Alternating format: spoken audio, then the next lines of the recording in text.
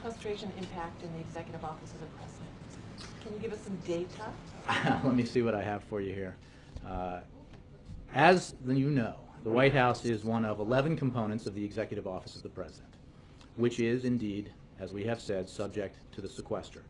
Within the executive office of the president, several offices have sent furlough notices to their staff, including to 480 employees of the Office of Management and Budget. In addition, EOP leadership has managed our personnel costs in a variety of ways, including hiring slowdowns and delayed backfilling of open positions. And as the impact of the sequester progresses, furlough and pay cuts remain possibilities, or additional furloughs as well as pay cuts remain possibilities for additional White House employees. Additionally, in order to meet the effects of the sequester, many components of the EOP have significantly scaled back equipment purchases and supply purchases, curtailed staff travel, reduced the use of air cards, and they are reviewing contracts that they have on an ongoing basis to identify opportunities to reduce costs, improve efficiencies, without undermining their core mission. It just means that everybody at the White House and the broader EOP is dealing with the consequences, both in many cases in their own personal lives, but in how we work here at the White House, which is true across the federal government because of the impact of the sequester. Just to follow up, because you can be so specific about the OMB impact, and we assume that federal employees get a 30-day notice if they are going to get a furlough notice, and the fact that you're not identifying anybody who's working directly in the White House for the president as being identified for that, is that the OMB works for the president. It is part of the executive office of the president. I'm talking about the West Wing folks who work directly for the president.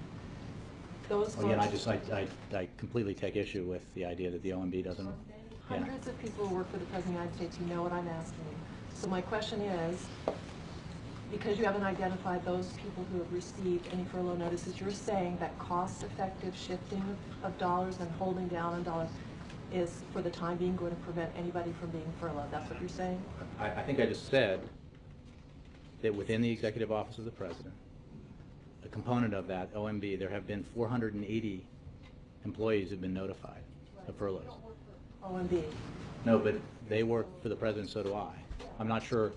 I don't. Okay. Are those the only The furlough White notices? House Or is- are there I have no other notices to announce to you. I can tell you that, as I just said, as the impact of the sequester progresses, furlough and pay cuts remain possibilities for additional White House employees. I mean, I think you would find at agency after agency, as they make these assessments and make these budget decisions on a rolling basis, they're having to make decisions about furlough notices and other measures that they have to take. And that is as true here as it is in other federal agencies.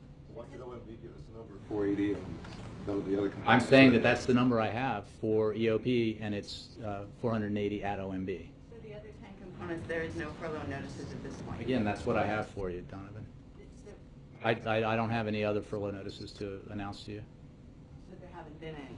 No, that's what I have. Not beyond what I can tell you. That's what I know.